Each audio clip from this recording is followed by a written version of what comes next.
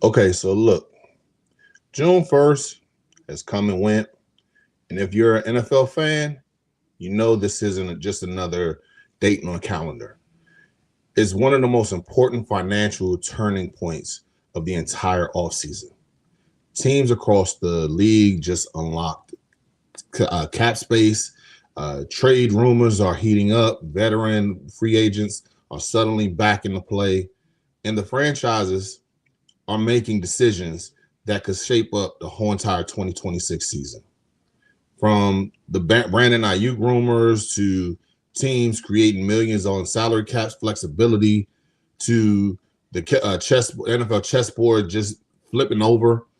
I mean, the money is moving, the rumors are flying, and the race to build a Super Bowl contender just enters a whole new phase. So let's talk about what happened on June 1st and what it means, who's winning, and who's panicking, and how it could impact the Washington Commanders. So without further ado, let's get to it. What's up, this B-List, man? Check out Off the Bench anytime you get a chance. Hey, Off the Bench, it's 89. Check it out.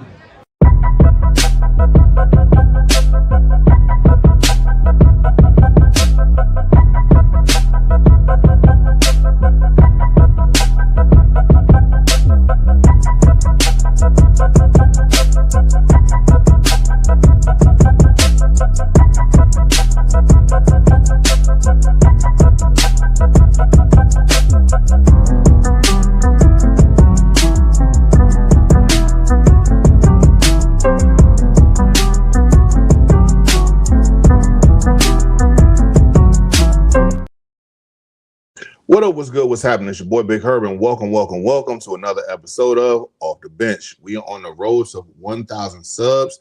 Currently, we are at 421. You guys have been really in the comment section, subscribing to the channel.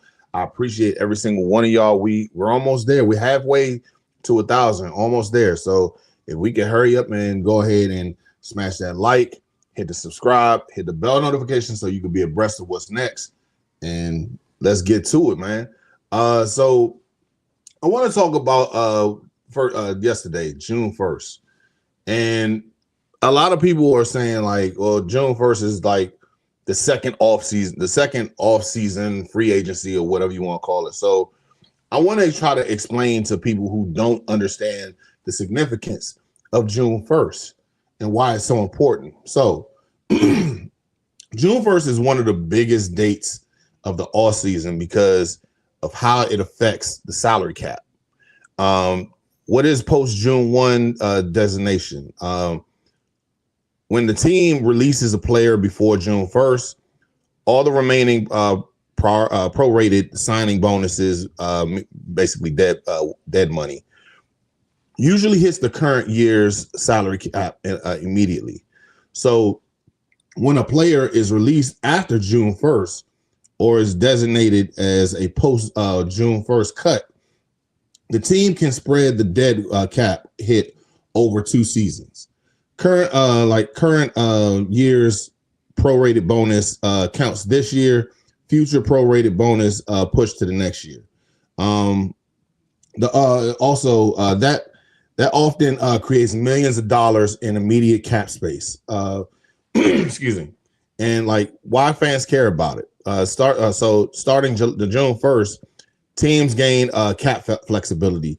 Free agent signings become more likely. Contract reconstructions become easier. Trades of possibilities increase, like yesterday. And we're gonna get to that in a second. So yeah. This is why you'll often hear people say, wait until June 1st. So, I mean, when you have people have situations like that, it really, it's a big deal. And I mean, but then just, it's also like, is there enough salary cap to sign another veteran? Could the Commanders add a pass rusher? Is it surprise the trade possible? Is there a surprise trade possibility? Stuff like that. So, I mean, what I'm basically trying to say is that June 1st is basically the NFL's second free agency. The draft is over. OTAs is underway. Suddenly, teams find more money they didn't have in March. So that's why I'm saying, as far as why it's so important. And just to go into it, because like I'm just bringing my notes up and everything. So like you start to think about stuff like June for yesterday, and that's why everybody was making a big deal out of the Hornets Brandon Ayuk situation. And I'm gonna try to make this thing as quick as possible because me personally, I don't want to keep talking about Brandon Ayuk unless he's actually coming here. But it is a big deal that we have to talk about him because the Brandon Ayuk watch still continues. And basically, Brandon Ayuk still is with the 49ers. He needs to show up in their mandatory minicamp, which is, I believe, on June the 9th for the 49ers.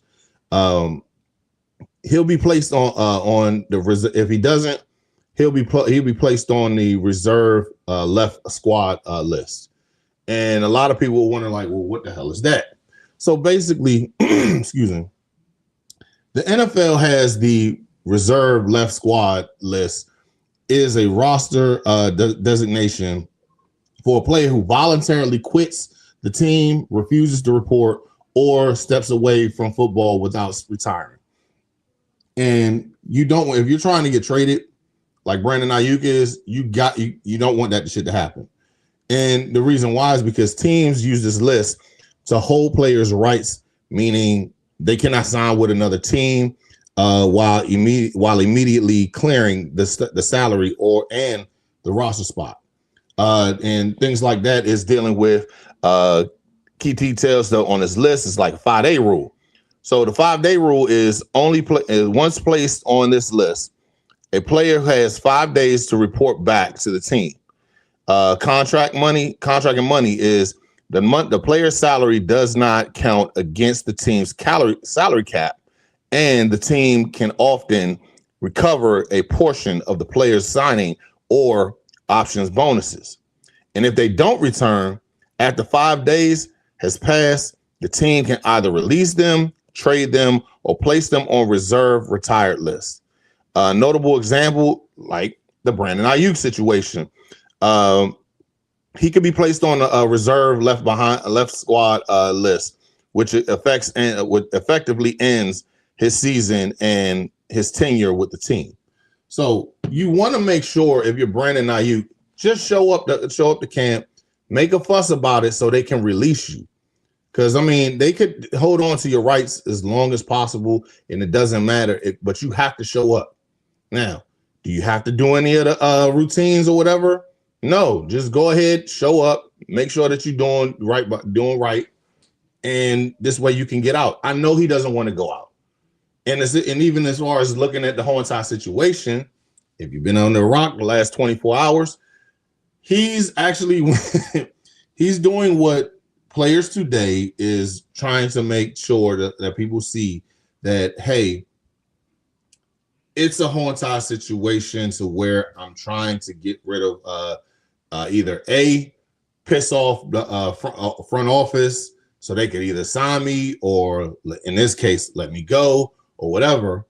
He went ahead and deleted on his Instagram everything. He's not he's not following anybody but 3 people: his wife, Jaden Daniels, and the Washington Commanders.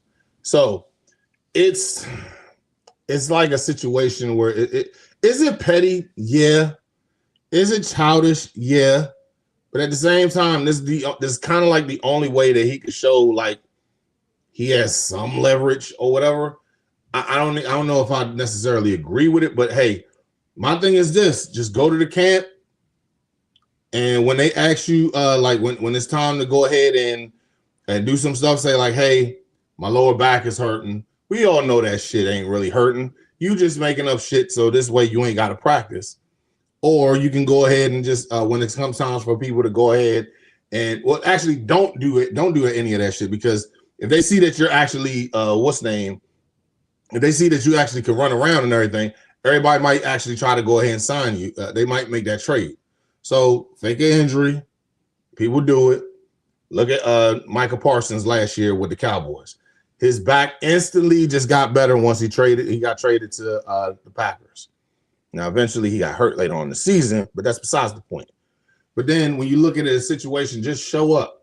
And then it's going to be, when it comes down to it, where the press is going to try to talk to you, make a scene. Don't do anything disrespectful, but make a scene. Man, I'm just here. Even if you got to pull off a Marshawn Lynch, I'm only here so I won't get fined. I don't want to be here. They're holding me against my will. Make it a big scene. And I mean, yes, is it childish? Yes. You're trying to get the fuck out of the situation. So be childish about it. Excuse me.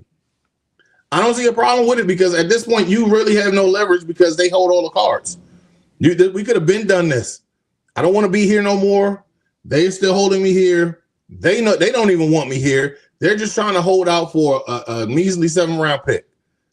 And nobody's going to sign me because I still have $20 million, $20+ million on the cap or whatever it is.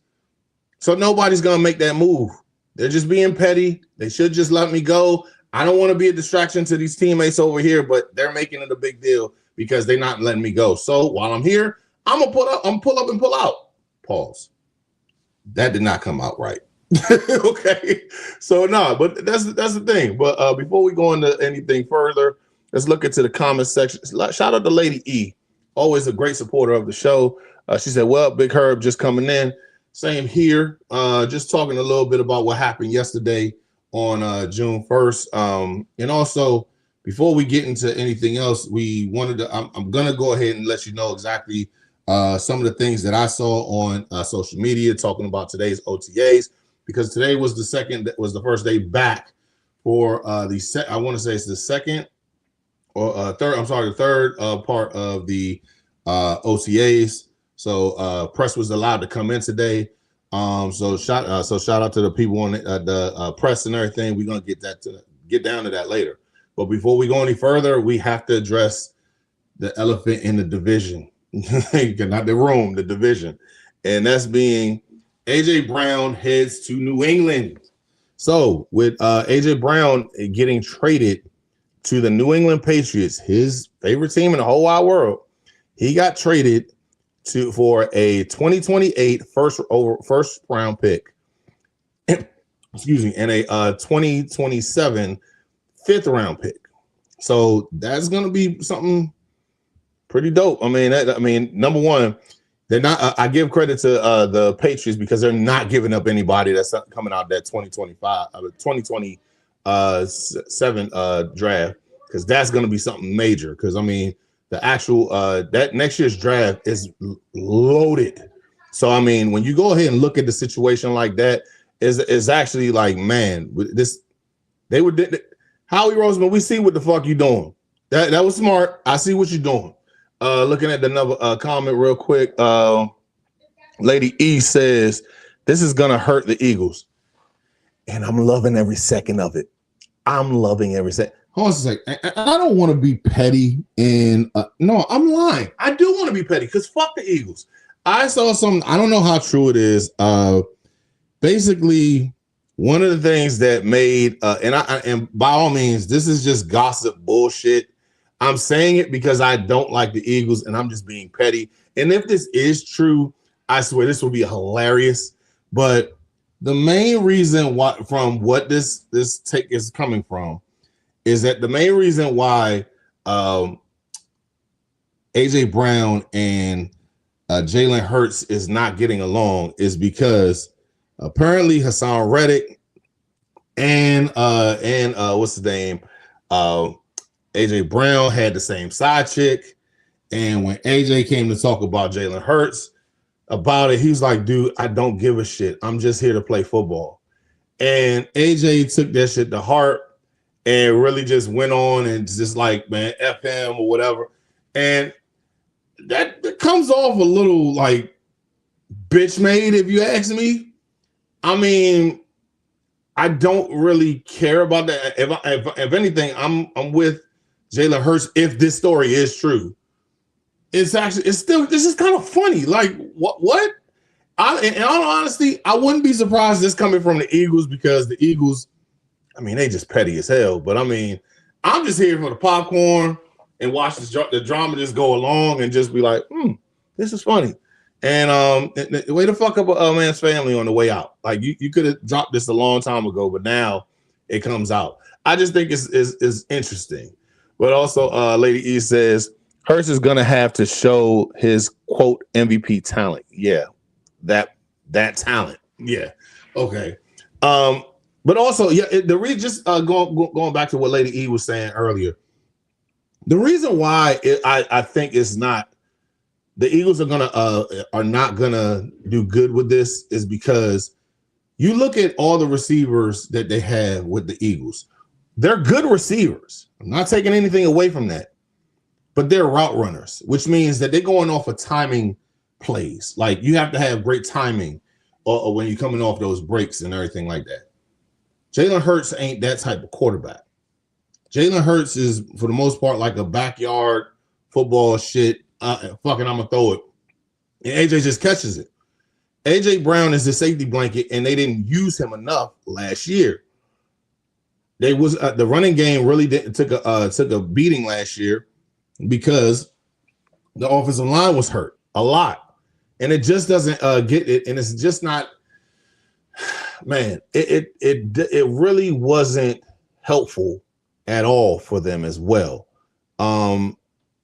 Especially when your offense, the nucleus of your whole entire offense, which is your offensive line, who's really like the real MVP. Saquon Barkley is just a really good running back. And then you tap him in, and it's just, yeah, I mean, it's something that we really got to pay attention to. I talked to my boy Rick the other day. Shout out to him. We were talking about this first game, and it's really going to be something really, really impactful because if you're not good enough to go ahead and throw just regular timing passes with all of these great receivers that you have, I mean, Devontae Smith is really good, but he's a timing-based route runner. He's really good at that. Lemon, who just got drafted by them, he's a really good route runner.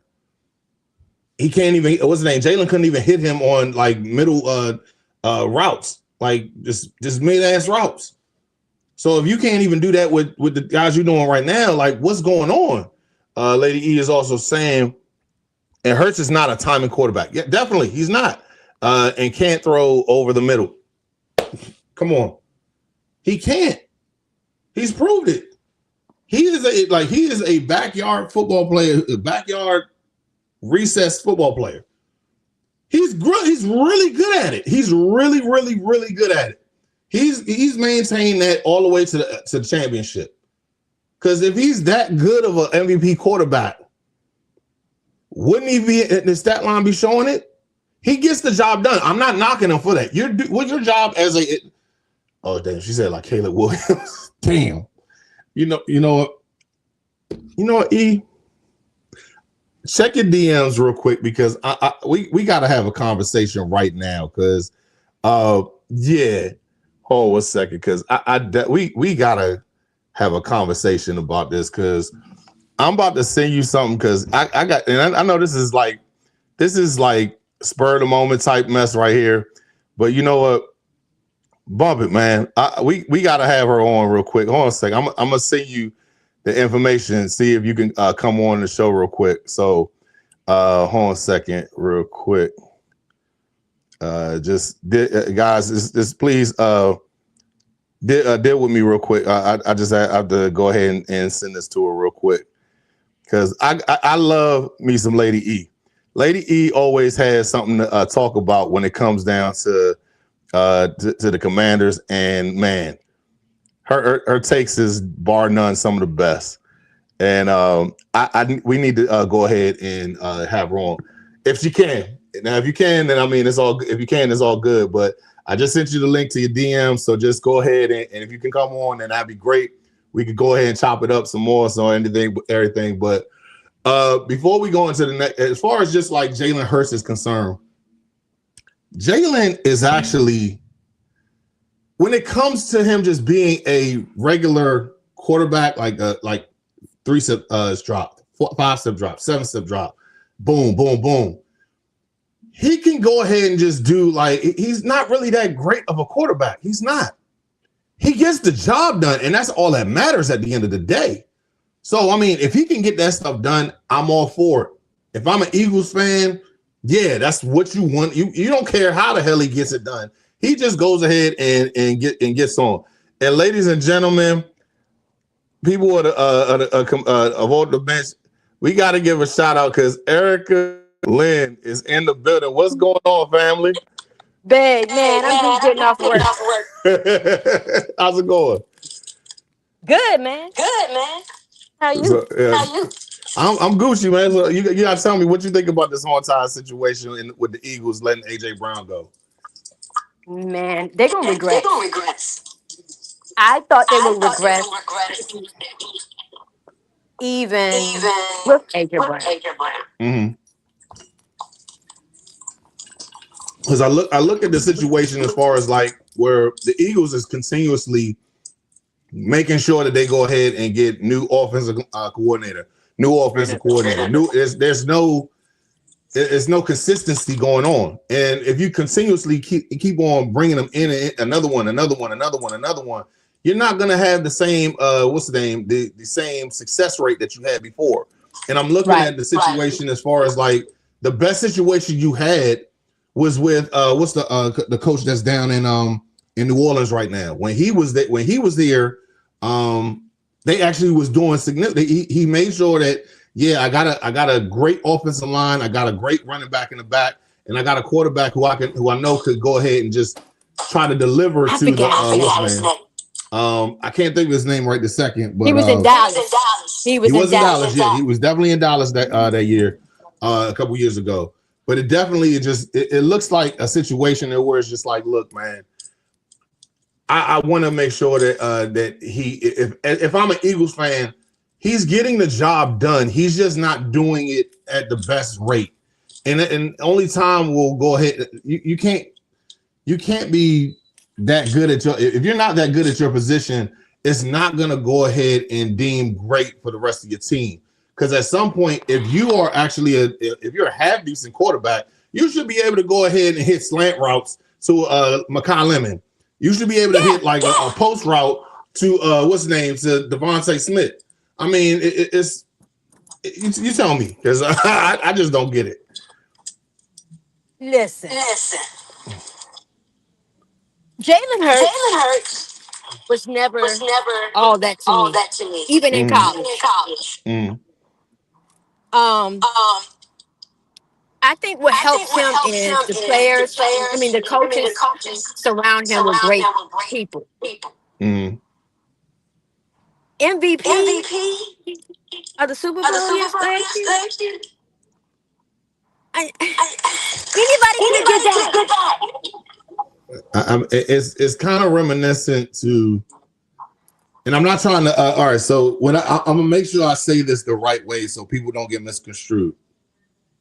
When you look at the Super Bowl where when I think it was in '87 when Doug Williams was here. Right. Don't worry, everybody. I'm not comparing him to Doug Williams. I want you to just sit back and let me cook real quick. That offensive line was so good that he can do whatever the hell he wanted to do. If he wanted to go ahead and Timmy Smith. Has anybody ever heard of Timmy Smith? I want to ask that question real quick. If you was actually there and you saw what Timmy Smith did in '87, then hey, you already know. But nobody, I mean, to this day, I could guarantee you 9 out of 10 of the people who's grown up now watching this team does not know who Timmy Smith is. Right. Timmy Smith has the most rushing yards in a Super Bowl game. In one game, and the most ever in one game, had over 200 yards. And so my fat ass could go ahead and get 100 at least. If Timmy Smith could get 200, I could get at least, I'm giving myself too much credit. I could get at least 75 yards with that offensive line. Yeah. That offensive line was just that. Yeah. And when I'm bringing it back to with Philly's offensive line was so great that it came to a point to where it was just like, you know what? We're going to make sure that we can make this thing plausible to make him look good. But the thing about it, Doug actually can throw he can sling the ball around. He could go ahead and hit a slant. He could hit a post route. He could hit a fly route. He could hit a 5 and in, 5 and out, comeback route, whatever's on the route tree, he can do. And if you're giving him 4 to 5 seconds with the receivers who we have, I'm telling you, if Jaden was on that Philly team, they'd be Super Bowl contenders every single year. Every year. Every year. And I'm not just saying this because we are Commander fans and we're biased or anything. Right. I'm saying it because the proof's in the pudding. He can go ahead and nail every single pass, everything on the route tree. He'll throw it to that receiver. Now it's up to the receiver to be there to be able to go ahead and take on that challenge. But Jaden will throw you open. He will throw you open. Exactly. Like, I mean, we don't see much, what's the name? With last year, you got Simo as your number 2 receiver. You have what's the dude who changed his name several times? Robbie Gold. Robbie Anderson. Oh, I'm sorry, Robbie Chosen is his name. I'm sorry, I don't want to disrespect his name. But when you have people like that who is constantly coming in, Robbie Chosen ain't been in anything since Carolina, and even then, he really wasn't that great a receiver. I mean, Jaden had no one. He had me out there last year. No one. So, and I'm gonna be real with you. Mm-hmm. I think people really sleeping on. I know Burks has been hurt and injury prone, but I think they sleeping on him because he hasn't been given the opportunity to play with Jaden like that. Mm-hmm. So, but seeing that you brought that up, I want to. Originally, I was gonna go into the last part of save this to the last part of the show, but since we just gonna go ahead and because you're already on here today, we gotta talk about what happened at OTAs today. So I don't know if you got all the information, but I got a few little tidbits from what happened today. So shout out to Linnell Willingham. He was basically saying that Terry was getting busy today. Outside and outside receiver, slot receiver. It didn't matter where you put him at. He was getting busy. And the fact that David Blau said that he's going to be targeted 10 times a game, and it's showing. Because I mean, it looks like Terry has that spunk in him again. He has that extra oomph in him now, and it's just like we're seeing him, and it's just like, man, this is what we always wanted for him, right? And it's like, man, Terry looks like he's having fun again, and it almost looks like even if you've seen some of the footage that from last week in OTAs where he caught the pass and pointed at the camera, he's showing like he's having fun again. Last year, and I don't know if anybody looked at yesterday, Rich Eisen had brought him on, and he was talking about hey, last year, the business kind of played a little part in the fact that how unsuccessful they were. Yes, the injuries were a main part, but not everybody was in there. Just it wasn't the same like 2024. So you're starting to see a little bit of that with 2020 or 2026 this year. With OTAs, where everything looks like, damn, they look like they're having fun. They look loose. And then some of the receivers you see, they got a little bit of aura going on with them. Everybody looks like they got that. I got my swagger back. It's kind of like that. But he definitely was saying that Linnell definitely said that Terry was looked great out there today. Also, anyone not named Nick Cross at safety position, it's up in the air because they played a lot of 3 safety looks. They said as far as All Pro Revo was out there, Tyler Owens was out there getting some work. Just to name a few, but just getting back to what you were saying earlier, Trey Burks, he looks like the lead candidate for the wide receiver 2, and what else? Williams and Luke are looking to battle for that slot position, which I thoroughly would enjoy if Luke can actually, and Luke has showed me a lot last year before his injury, and it shows that he actually is going to be a difference maker this year. So I wanted to ask, we already know that Williams is a legit rookie. He's looking good and everything, but Just looking at the whole entire situation with Luke, what do you think is going to go down with Luke McCaffrey this year? Is she there? You there? Yeah, I'm here. You there? Yeah, I'm here. Can you hear me? Well, I couldn't hear you because it was breaking up a little bit. Okay, my bad. All right, so I was saying as far as Luke McCaffrey and Antonio Williams are really battling it out for the slot position this year, and it looks like last year Luke was starting to come into his own prior to the injury. And I wanted to know, what did you think about the whole entire battle for slot receiver at the number 3 slot for Williams and Luke? Who do you think could possibly win that battle?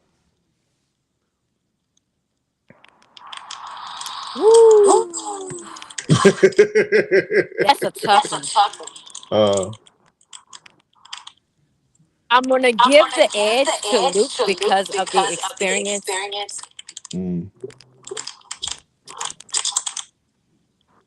But don't get comfortable, Luke. Because the minute that you give Antonio Williams a little bit of inch that he go out there and show.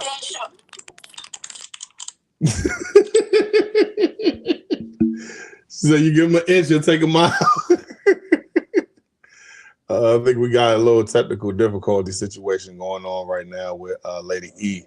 We're gonna let her get that situated real quick. So I mean, until then, but no, like I really think the whole entire situation is, for the most part, if that battle is gonna be pretty intense, if you ask me. I think the whole entire situation is gonna be. I think Luke, yes, with the experience, he might get to go for the. All right, I think are we getting you back real quick? Are you good, E? No, I'm gonna let you get into a better spot. I'm gonna keep you in the back room real quick, but yeah. So, but yeah, I think the whole entire situation is with the experience. Luke's gonna get the first run at it. I do think that Antonio Williams will eventually be starting with this team, and getting the whole entire receiver situation settled. But I think that everything's going to work out in the long run. As far as like, I wouldn't be surprised if Luke became the starting slot, and then I wouldn't be surprised if Antonio Williams actually takes on that number 2 role. And not taking anything away from Treylon Burks, he's been injured a lot in his career, and then even looking at it from the standpoint of just having him come, it's kind of hard.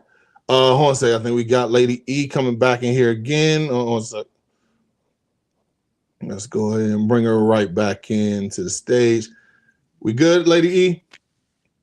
Can you hear me? Hold on a second. I think she's muted. Go ahead. I think you muted.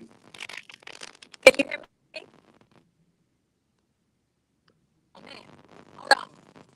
Yeah, the audio is kind of jacked up on your end. If you can hear me, we're gonna make sure that we bring you back in and make sure that everything works out. Because you definitely, I know that you got some stuff to talk about, and we definitely gonna bring you on another time. So if you can hear me, we're definitely gonna go ahead and try to bring you back on. We're gonna try this one more time. All right, hold on a second. Can you hear me? Lady E. We can't hear you on this side. I'm sorry. Yeah, it's something going on our end. So I'll be sure to try to come and bring you back in at another time, because I don't know what's going on with this whole entire situation. If you can hear me, first things first, I have to say, everybody give Lady E, Erica Lynn, a follow. She's great with her content. She's raw and uncut. She could tell you how it is. She is phenomenal at her job when it comes to talking about these Commanders, man. You got to give her a follow. But she's one of the bright up and comers. content creators when it comes down to this, to talking about the Commanders. I want to send a salute and shout out to her because she's very good at her job. You can see her multiple times on the brother Lake Lewis's show. She does a phenomenal job talking about this Commanders, man. Because shout out to her. She is amazing at what she does, and I can't wait to actually bring her in. We're gonna have a situation where there's no technical difficulties. We can go ahead and talk and everything like that. So salute to Lady E. She's done a phenomenal job. But just getting back to this last part, the situation today with OTAs, I thought everything was going good. Oh, the last part that I did want to talk about, the kicking situation. So shout out to Mitch Tischler. He said the Commanders field goal competition today. So Jake Moody went 6 for 6 today. He had a long of 54 yards, and Drew Stevenson, he had a lot of pop on the ball whenever it came to kicking, and he went 4 for 6. He missed wide right on a 49 and a low left from 54. So I expect that nobody's ever going to be perfect when it comes down to it. But I mean, we love to see something go down, like competition go down. And this is something I'm really looking forward to. And I never thought I would say this, but the kicking game is probably the most popular position battle right now. And I want this to go down to the wire. I really do. Because it's only going to make Jake Moody better, and Drew Stevens is going to work out for him. Let's see if we could try this one more time with Lady E, bringing her in. Lady E, we good? Got me? We good to go. We can finally hear you. So, but I wanted to ask you the situation with like bringing it back. Luke McCaffrey and Antonio Williams. What was your thoughts on who could actually win that competition at the slot?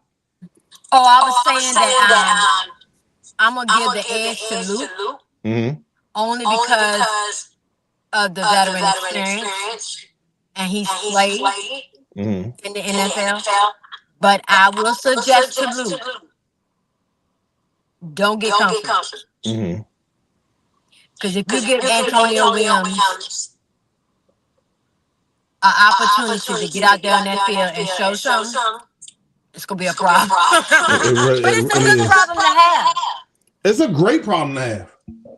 Because, I mean, and that's something that you never want a situation where you don't feel like, man, we had that situation last year where we didn't have enough talent. And we're sitting there looking like, oh my God, can we just get a legit, basic ass receiver at this point? And the fact that you got two guys competing who can actually do something on this team is a great thing. So I'm looking forward to seeing how this Haunted situation is going to turn out. Just said before you came back in, Mitch Tischler tweeted out the Commanders kicking competition.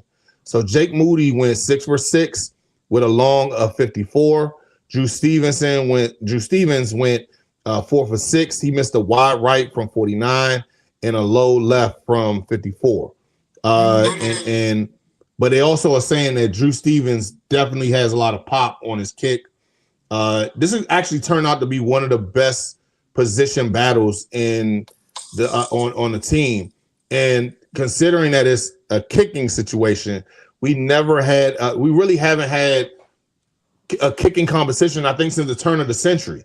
I mean, and that's crazy when you think about it. You got what's the name? The Ravens with all-pro kickers constantly bringing somebody in, giving them competition, just to iron sharpen iron. And as much as DQ always preaches, hey, we got to have competition. Why is it until now we finally got a kicking competition here going on?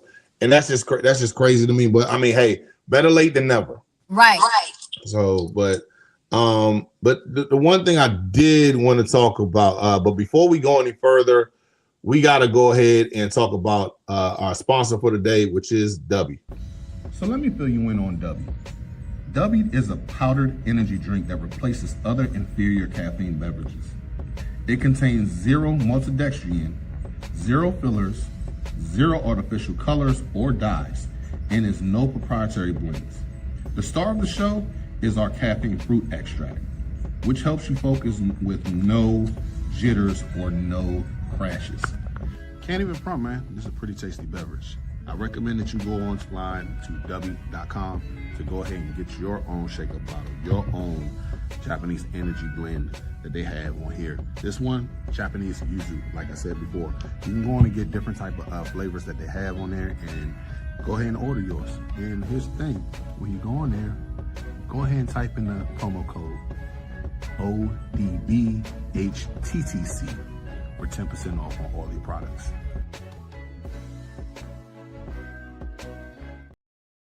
Be sure to secure the dub with W. Make sure that you go online right now and go ahead and get 10% off by putting in the promo code ODBHTTC.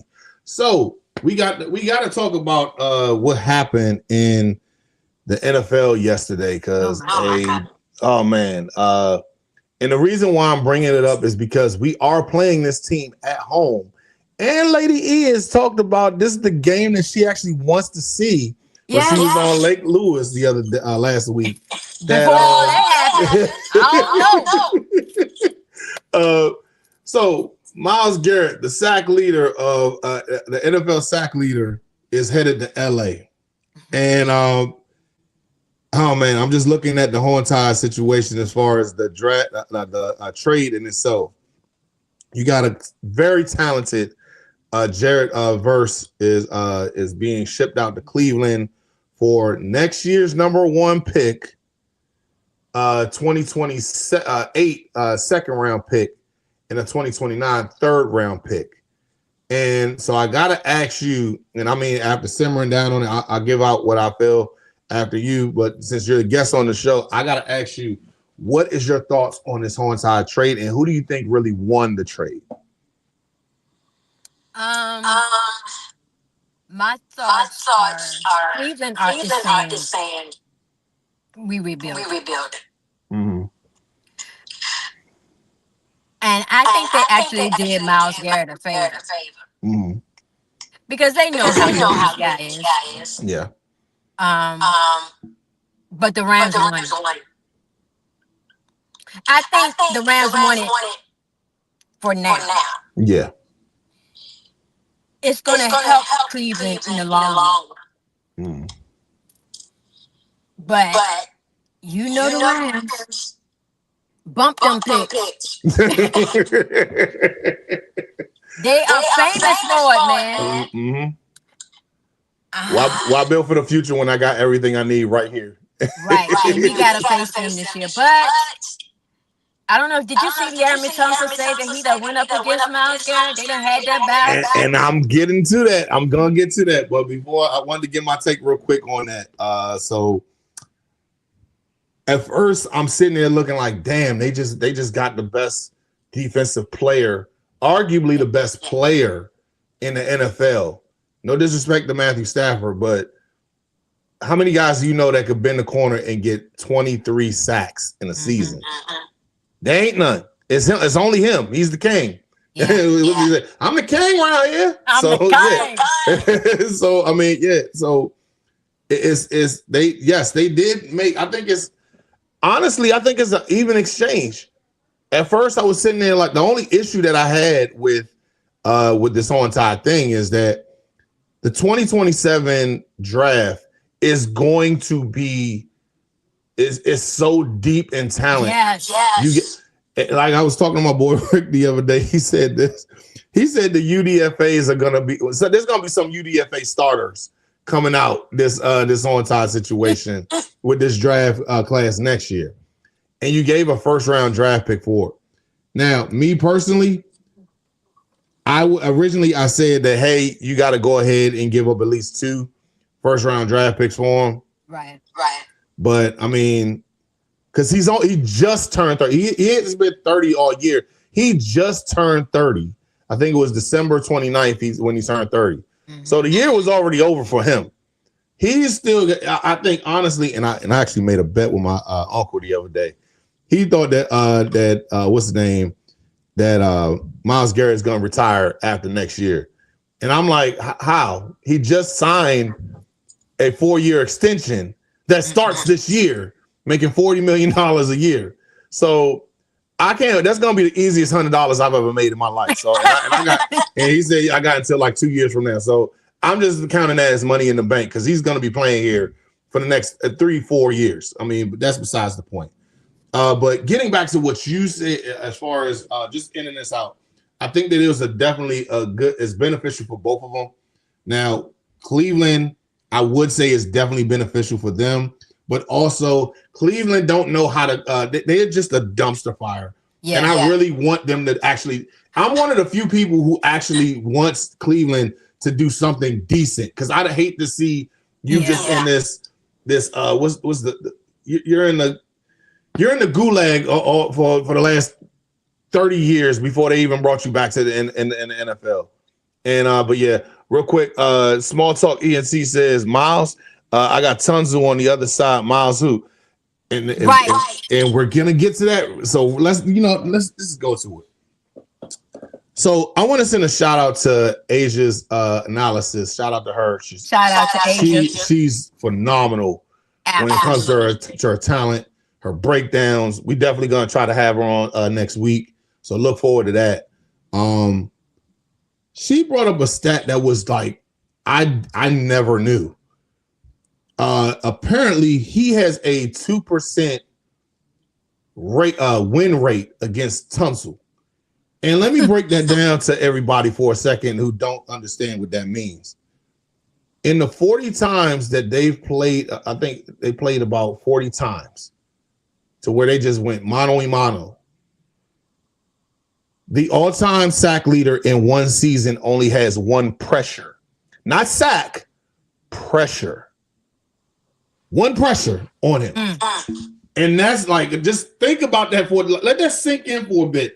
The same guy who has actually been, he like, if you're in the AFC North, you're having nightmares as far as like, all right, how do I get out this onside situation?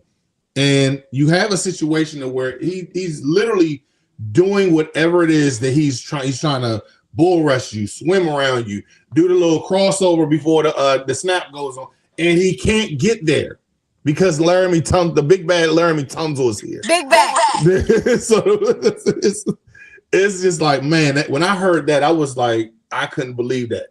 And so we have the one guy who you could actually neutralize. But you know what? When we played them in 2024. Come on with it. I know exactly where you're going. Come on with it. And we didn't even have something. He didn't get to us. Mm-hmm. He got pressure. Mm-hmm. But guess who slipped up out of that jump? Exactly. JD5. And I want to give a shout out to my homie Rick because we was talking about this yesterday, and I can't take the credit for this one. The one thing about it that you can say as far as with these LA Rams, and don't get me wrong, this is a phenomenal team put together. They are winning at every single position. Like defensive line, they're winning. Linebackers, they're winning. Corners, secondary, they're definitely winning.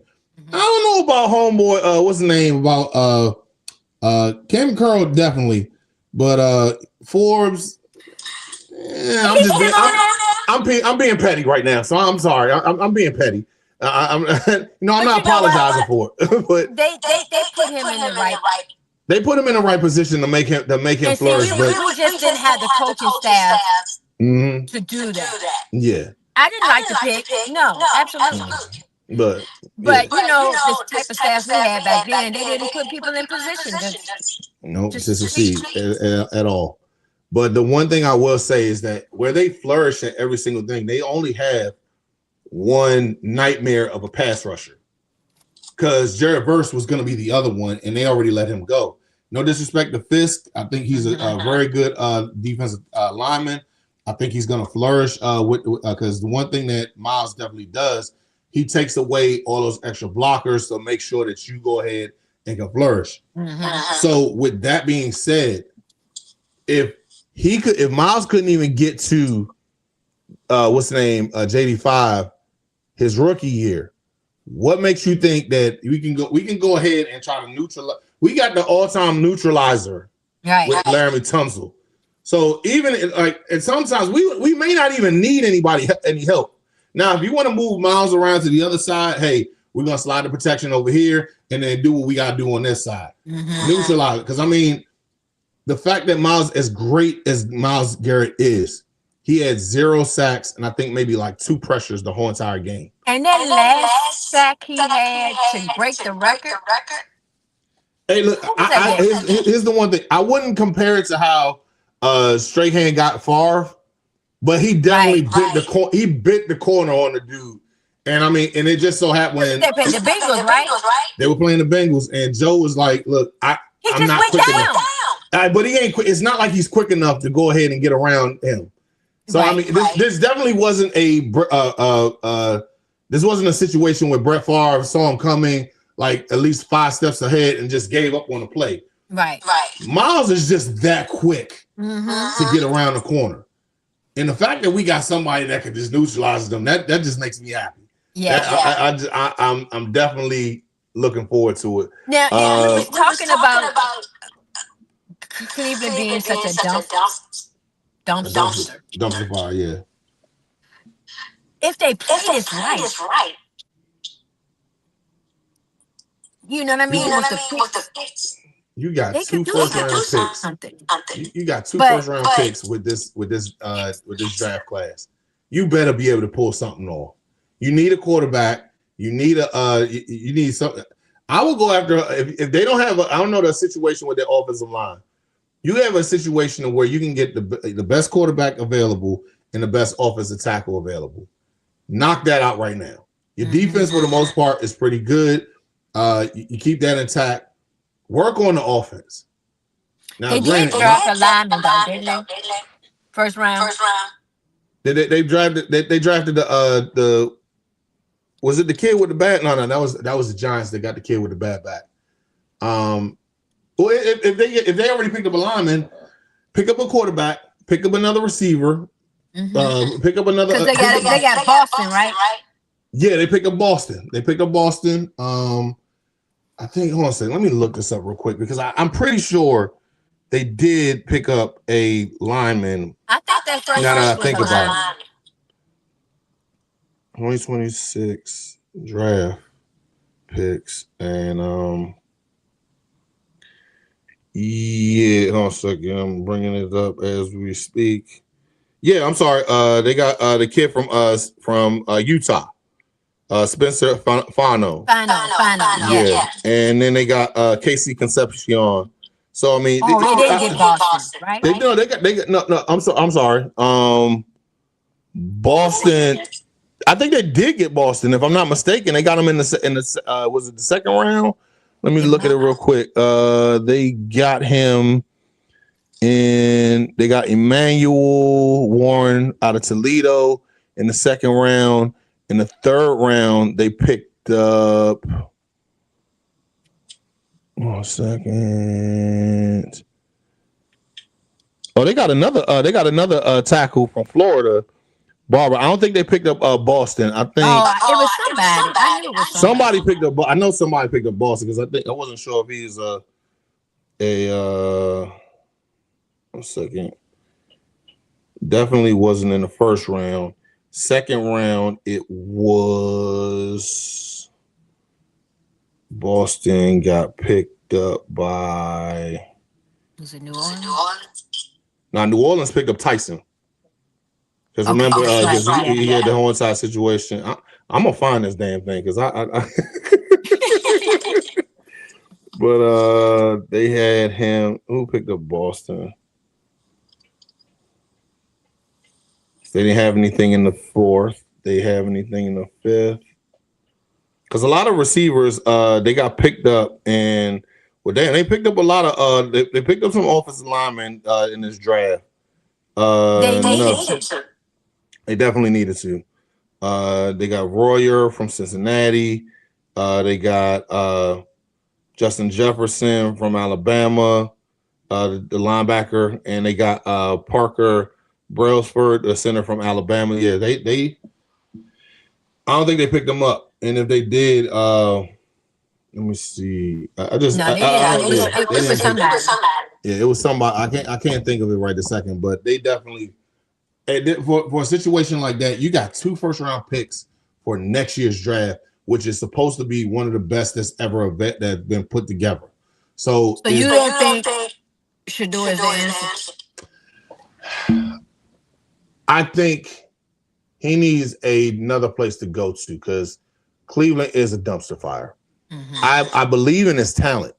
I just don't believe. But you got to surround him with the right. You have to surround it. Here's the thing, and maybe as much as we joked about it and everything when he said that Baltimore wanted to pick him up, but he was saying like, I'm not trying to sit behind Lamar. Mm-hmm.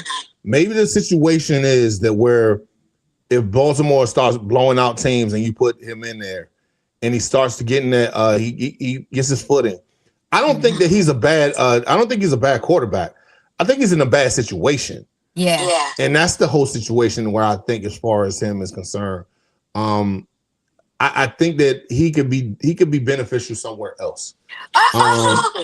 And if they actually put a team together for him, mm-hmm.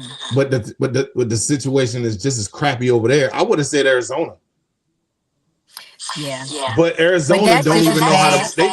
They just as bad. And now I'm starting to think like, well, damn, where he would actually, he might actually be beneficial for Pittsburgh. We've been saying that to some. But yeah. So I mean, but Pittsburgh ain't one. But you know, Pittsburgh don't draft no QBs. Yeah, well, they Pittsburgh.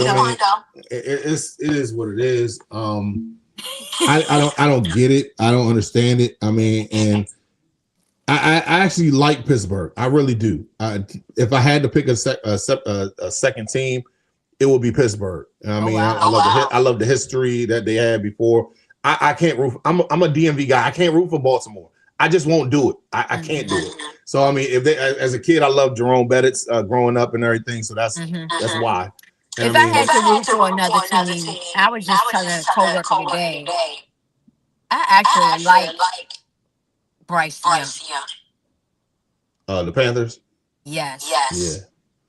I mean, they're a pretty decent squad. I mean, I don't like the owner, but I mean, but getting back to it, I just think that the whole situation with him, I think he's in a crappy situation. That's the only difference is.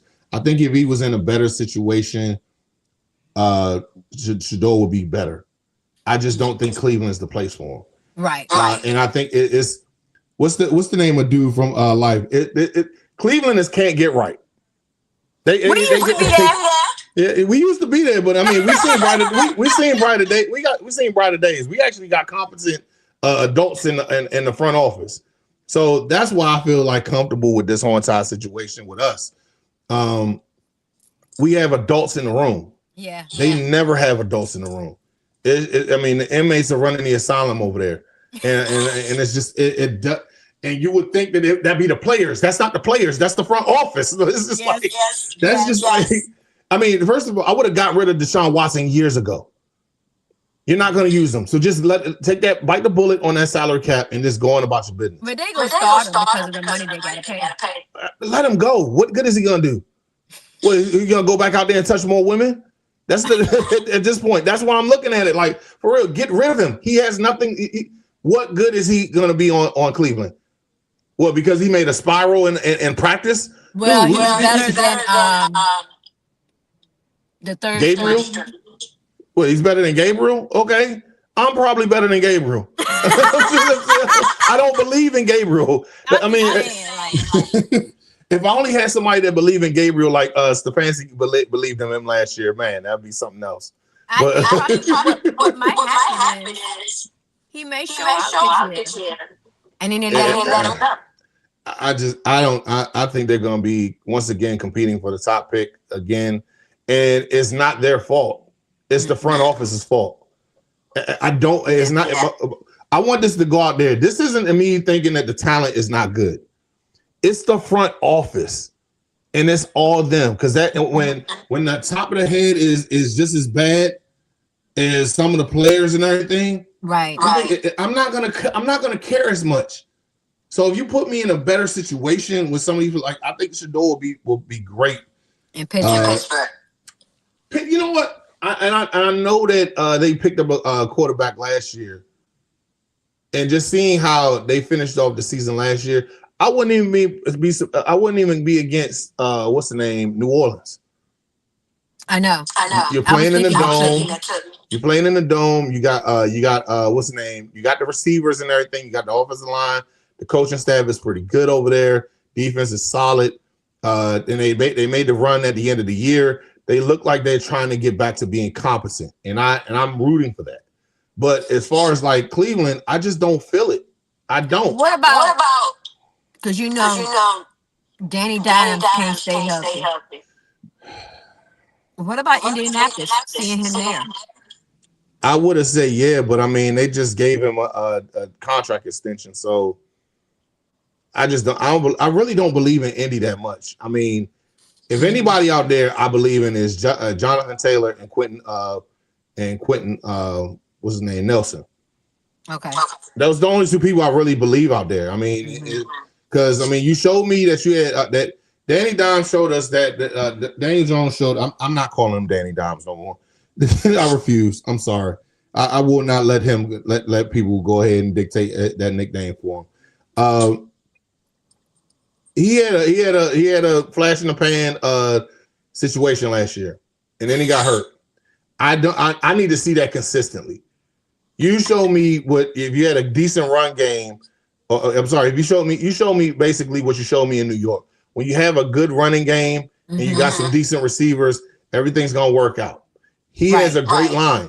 When he was in New York, he had a decent line. They weren't as good as they are now, but yeah, I mean, you're benefiting off of Jonathan Taylor.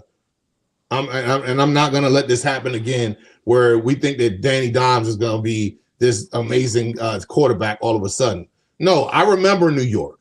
And I remember a lot of the games where we were just a bad organization where you were putting belt to ass on us. No, you aren't that good. I'm sorry. No, I'm not sorry. I'm lying. I'm not sorry at all. No, you are not that good. And I refuse to go ahead and say that he has to show me otherwise. Show me that you are better than what I think you are. And I'll eat crow. I'm not afraid of going out there saying that, I was wrong. No, I'll go ahead and say that I was wrong. But I just don't believe in it. I don't believe in it at all. I don't believe in Daniel Jones.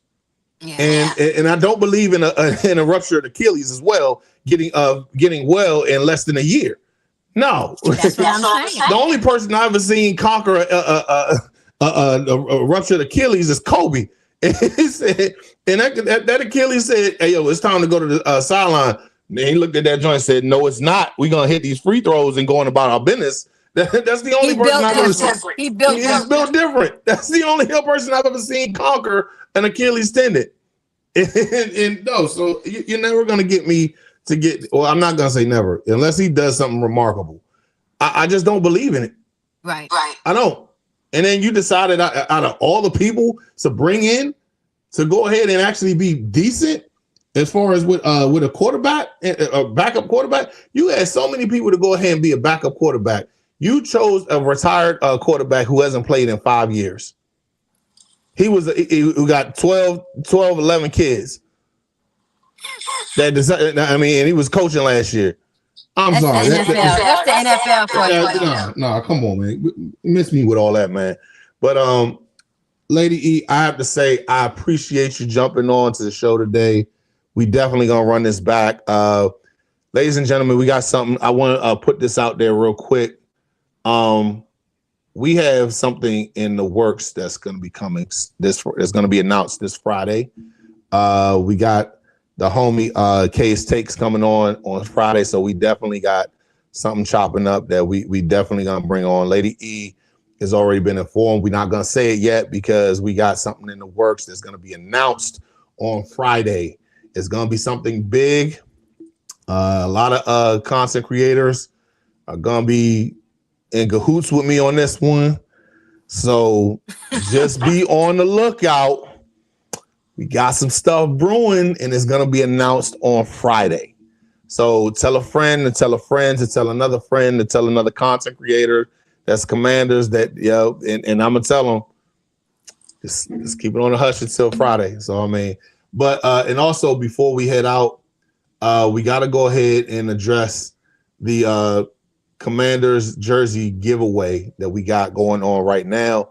If you are a follower of me on IG and Twitter and subscribe to this channel, when we get to 1,000 subscribers, we will be giving out a free jersey of your liking from the Commanders, whether it be a Jaden, whether it be a Terry, whether it be a Styles, or even your own customized one. So if help me grow so we can do more. Yeah, you all it takes is a boom, boom, and boom. That's it. I'm only asking for 45 seconds of your time to just boom, boom, boom. Like, subscribe, comment. And that's the thing. And it don't cost you much. So I mean, why not go ahead and help your boy out? And I'll give you that randomized winner a Jaden a jersey that they like. Mm-hmm. So but definitely I appreciate you, Lady E, for coming on. No, don't apologize. I mean, I had to go and actually download the StreamYard studio. No, and I mean it was spur in the moment. So I was like, look, she killing in the comments, and I've been trying to get you on for a minute. So I mean, and I was like, yeah, just bring her on. So we gonna make sure that it's done properly the next time that you come on. Run this back. We definitely running it back. We definitely running it back. But I want actually please tell the people where they can find you at. I am on YouTube and Instagram at Lady Erica Lynn. All righty. Yep. And I'll be back on Lake Lewis show again. Oh, most definitely. We're gonna be able to tune in every Friday. We have on Fan Fridays. But she's got I gotta hit a lake on that one because I mean you in the studio. So I mean I can't even argue with that. So that's fire. But definitely give her a like, share, and subscribe to her channel. She's done a great job out here so far. I'm proud of her. I've seen what she's become over the last couple months. She's been doing an amazing job hitting up Lake with the content. And I mean, what more could you want out of this right here, man? I mean, she's done an amazing job. So, but no, at the end of the day, guys, I appreciate you all for tuning in. Be sure to hit that like, comment in the comment section, whether you're watching live or watching afterwards. Go ahead and hit that bell notification so you can be abreast of what's next on the bench. And as always, guys, left hand up. Who are we? The Commanders.